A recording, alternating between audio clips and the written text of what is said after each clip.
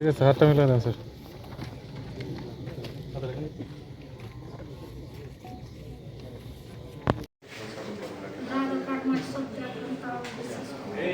আচ্ছা, এই যে এখন বাংলাদেশ সরকার আপনাদেরকে ওপারে পাঠিয়ে দিচ্ছে, ঠিক আছে, আপনি কয় মাসের অন্তঃসত্ত্বা আর বাংলাদেশ সরকারকে একটু ধন্যবাদ জানান। না স্যার,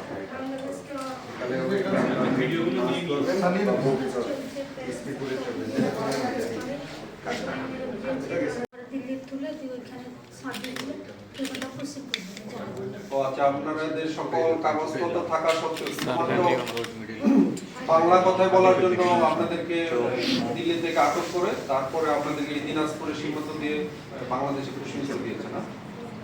আচ্ছা, তো বাংলাদেশে যতদিন ছিলেন আপনাদের সাথে কেউ কোনো খারাপ ব্যবহার বা আপনাদের কোনো সমস্যা নেই না? আপনার তো আত্মীয় ইয়ার থেকে পরে আপনাদের আত্মীয় বাসায় ছিলেন। যাক, তো আপনাদের আজকে আমাদের এই সীমান্ত দিয়ে আপনাদেরকে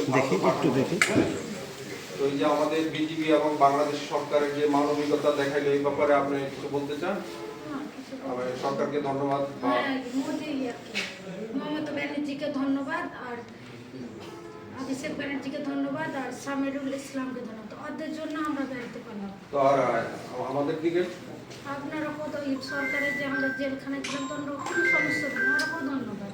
আমরা ছিলাম, ভালোই ছিলাম, আপনার খেয়েছিলাম কিন্তু কোনোদিনও মারেনি, ধরেনি, পিটেনি, কিছু করে। আপনাদের আত্মীয় বাসায় আপনার আত্মীয়ের মধ্যেই ছিলেন? হ্যাঁ, আত্মীয়। আচ্ছা আমরা কোনো আচ্ছা, অনেক ধন্যবাদ।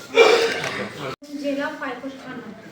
আচ্ছা আচ্ছা, তো ভারতের পুলিশ আপনাদের কোন জায়গা থেকে আটক করেছিল? দিল্লি থেকে আটক করেছি। কি জন্য আটক করেছিল আপনাদের? আমরা বাংলা কথা বলতাম আর আমাদের ভোটের ছবি ছিল, তাই বাংলা কথা বলছিলাম। তো আমার স্বামীকে বললে আমরা গেলাম, ছেড়ে দেন স্বামীকে, ছেড়ে দেবো সকালে, যে আমার শাশুড়িদের ভোটের ছবি।